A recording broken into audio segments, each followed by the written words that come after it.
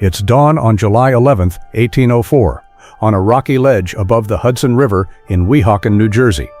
Two men stand 10 paces apart. One is Aaron Burr, the sitting Vice President of the United States.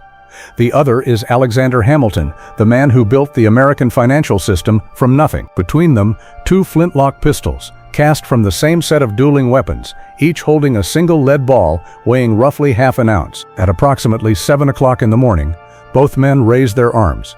A shot rings out. Hamilton falls, struck just above the hip, the ball lodging in his spine. He will die the next afternoon, on July 12th, at 2 in the afternoon, 31 hours after the shot was fired. One weapon, one trigger pull. One of the most consequential deaths in American political history. This video is about that weapon, the flintlock pistol, and the myth that surrounds it. Most people assume it was a battlefield weapon, something that decided wars the way a rifle or a cannon might.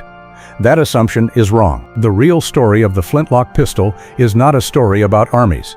It's a story about single moments, single decisions, and single men, standing close enough to see each other's faces, deciding who would live and who would not. Here's what most people are taught: that the flintlock pistol was a soldier's weapon, carried into massed battle lines, used the way a modern handgun might be used in a firefight. But the truth is far stranger. The flintlock pistol rarely won wars. It ended arguments. It settled debts. It closed the distance in a world where honor, reputation, and survival often came down to who was willing to stand still and fire first. To understand why, you have to go back to where the weapon came from. Firearms had existed in Europe since the 1300s, but early handguns were unreliable to the point of uselessness. Matchlocks that needed a burning cord to ignite the powder. Useless in rain, useless in wind, useless in the dark. Then, sometime around 1610, in the court of King Louis XIII of France, a gunsmith named Marin Le Bourgeois built something new. He combined two earlier ignition systems, the snaffence and the wheel lock, into a single mechanism. A spring-loaded hammer holding a piece of flint, striking a steel plate to throw sparks directly into a pan of gunpowder. It was called the flintlock. It was faster. It was cheaper to produce, and critically, it was reliable enough that a man could trust his life to it. Within 70 years, it had replaced nearly every earlier ignition system in Europe. By 1700, the flintlock pistol was standard equipment for cavalry officers, ship captains, highwaymen, and gentlemen who might, on any given evening, find themselves standing on a field of honor. So who actually carried these weapons, and why? Start with the sea. In the so-called Golden Age of Piracy, roughly 1650 to 1730, a pistol was not a backup weapon, it was the primary tool of a boarding action. Ships like Blackbeard's Queen Anne's Revenge, a 40-gun vessel he commanded off the Carolina coast in 1717 and 1718, carried crews who went into close combat armed with as many as 4 to 6 flintlock pistols each, worn on crossbelts called bandoliers, because reloading in the chaos of a boarding action was almost impossible. A single flintlock pistol took, on average, 15 to 20 seconds to reload under calm conditions, measuring powder, ramming a ball, priming the pan, in the middle of hand-to-hand combat on a rolling deck. That time might as well have been an hour, so sailors carried multiple preloaded pistols, fired them in sequence, then dropped to cutlasses and boarding axes. The pistol wasn't the weapon that won the fight. It was the weapon that opened it. The first 3 seconds of violence before everything degenerated into blades. On land, the story shifts. Cavalry regiments across Europe issued pistols to dragoons and hussars specifically for the moment of impact. The instant a rider closed on an enemy line, a trooper might fire one shot from horseback at a range of perhaps 10 to 15 feet, then discard the pistol entirely and switch to a saber, because reloading on a moving horse was, for all practical purposes, impossible. Military records from the 7 Years' War, fought between 1756 and 1763, show that pistols accounted for a small fraction of battlefield casualties compared to muskets and artillery. Some historians estimate less than 5% of wounds treated in field hospitals came from pistol fire. That number matters. It tells you something the popular imagination gets backwards. The pistol was never the weapon of mass warfare. It was the weapon of the individual moment. And that brings us to the domain where the flintlock pistol truly became legendary. Not the battlefield, but the dueling ground. By the mid-1700s, a code of formal combat had developed across Europe and, later, colonial America. governing exactly how two men in conflict over honor, insult, or reputation should resolve their dispute. The Irish Code Duello, formalized in 1777 at the Clonmel Summer Assizes, laid out precise rules. The number of paces, the sequence of fire, the conditions under which an apology could end the affair before blood was drawn. Dueling pistols were built specifically for this purpose. Smoothbore, not rifled, because rifled barrels were considered an unfair advantage. Matched in pairs so neither man held a mechanical edge, often fitted with hair triggers that required as little as 1 pound of pressure to fire, compared to the 6 to 8 pounds needed on a standard military sidearm. These were precision instruments built for a single job, to be as fair and as final as possible. Consider the numbers. Historians who have studied surviving dueling records estimate that in the United States alone, between 1798 and 1859, at least 18 sitting or former members of Congress were killed or seriously wounded in pistol duels. Andrew Jackson, before he became president, fought an estimated 13 duels in his lifetime, carrying a bullet lodged near his heart from an 1806 duel with Charles Dickinson for the rest of his life. 39 years until his death in 1845. Think about that. A future president of the United States walked around with a piece of lead from a flintlock pistol inside his chest for nearly 4 decades because a man insulted his wife's honor over a horse race bet worth $2,000. But here's what most people don't know about how these duels actually worked mechanically. A flintlock pistol was not a modern firearm with anything close to reliable accuracy. Misfires were common. Contemporary accounts and modern reconstructions suggest a misfire rate, due to damp powder, a poorly napped flint, or a fouled pan, of somewhere between 1 in 6 and 1 in 8 shots. That means, in any given duel, there was a real, non-trivial chance that one or both men would pull the trigger and hear nothing but a click or a hiss, and no shot at all. Under the Code Duello, a misfire counted as a fired shot. A man could stand there, pull the trigger, hear the flint strike, watch nothing happen, and know his opponent now had a clean shot at him with no equivalent risk in return. That is the kind of detail popular retellings almost always leave out. The flintlock pistol, for all its ceremony and formality, was a genuinely unreliable machine, and the entire ritual of the duel was built on top of that unreliability. Then everything changed on that July morning in 1804.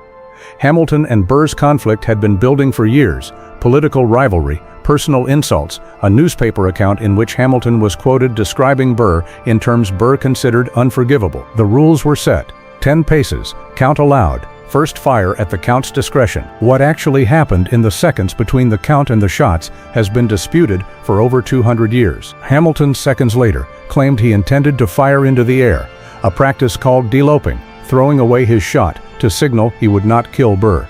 Burr's account and the physical evidence of where Hamilton's ball struck a tree branch well above and to the side of Burr lends some support to that claim, though it's never been proven with certainty. What is certain is the outcome.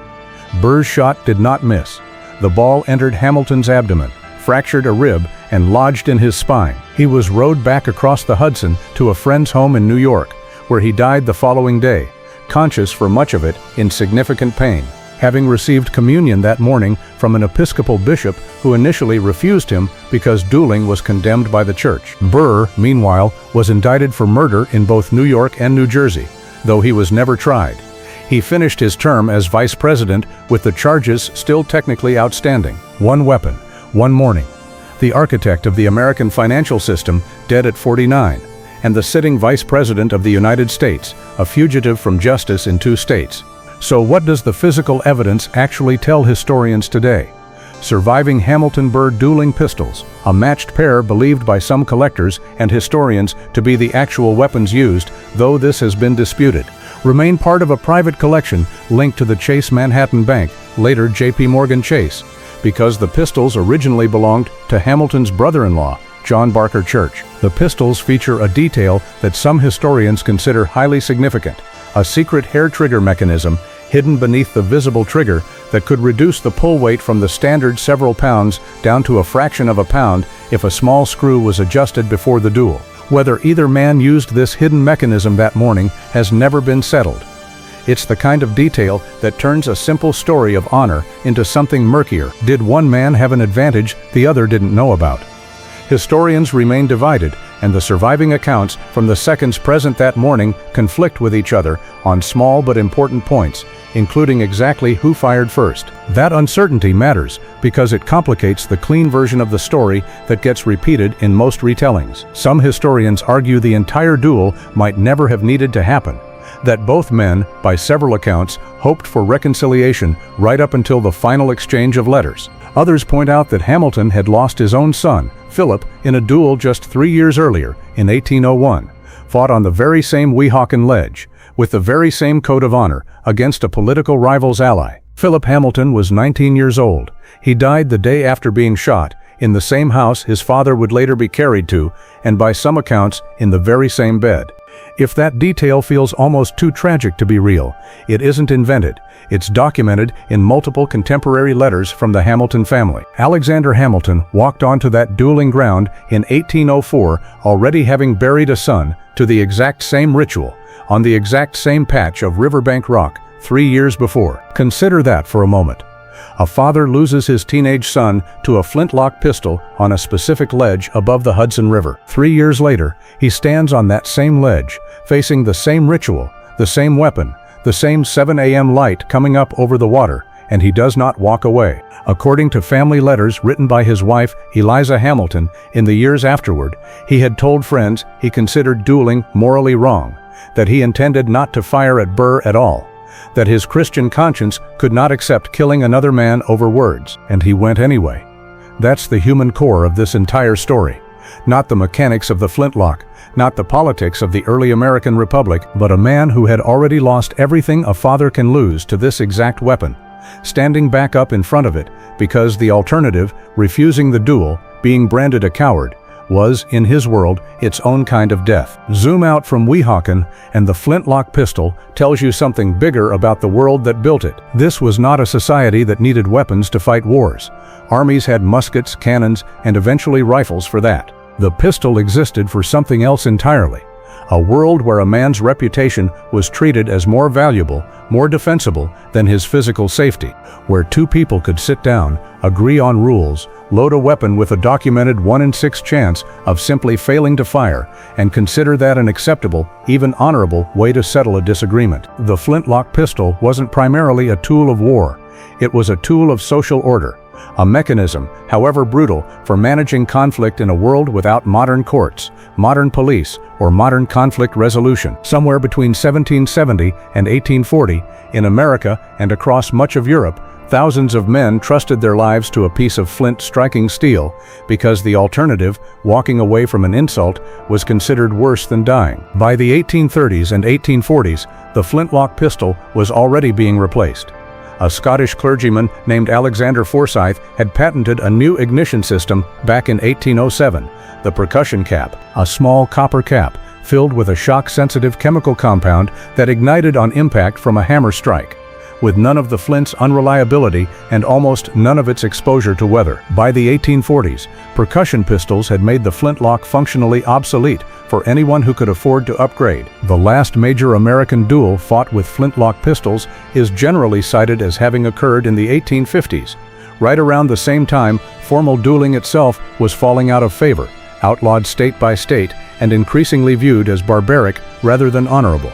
The world that had made the flintlock pistol necessary, a world without reliable law enforcement, without newspapers that could destroy a reputation without violence, without any accepted alternative to physical confrontation, was itself disappearing. So was the flintlock pistol really the weapon that decided every battle ever fought? No, and that's the point. It rarely decided the battles history books remember, the ones with named generals and marked graves and monuments. What it decided were smaller, sharper things. Who would board a ship first and live to tell it? Who would survive a highway robbery on a moonless road outside London? And who would walk away from a rocky ledge above the Hudson River as a free man? And who would be carried away to die the next afternoon? It decided arguments between individuals in a world that had not yet built better ways to end them. And in doing that, quietly, one duel and one boarding action at a time, it shaped who lived long enough to write the history books in the first place. Alexander Hamilton did not get to write the next 50 years of American financial policy. Aaron Burr, who did survive, spent the rest of his life as a political outcast, dying in 1836 at the age of 80, remembered by most Americans for exactly one thing: the trigger he pulled on a July morning in 1804. That's the real inheritance of the flintlock pistol. Not battles won or lost, but a specific kind of history. The history of who got to keep living and who didn't, based on a piece of flint, a pinch of gunpowder, and roughly 1 chance in 6 that the whole mechanism would simply fail. Was Hamilton's death an inevitable outcome of a broken system of honor, or was it, in the end, one unlucky spark on an otherwise ordinary morning? Historians still argue about that. Maybe the answer is both. If this story of honor, obsession, and the weapons that decided who got to keep writing history interests you, the Hamilton-Burr rivalry didn't start on that ledge. It started years earlier, in a political betrayal that's just as dramatic and far less well known. Let me know in the comments if you want that story told next.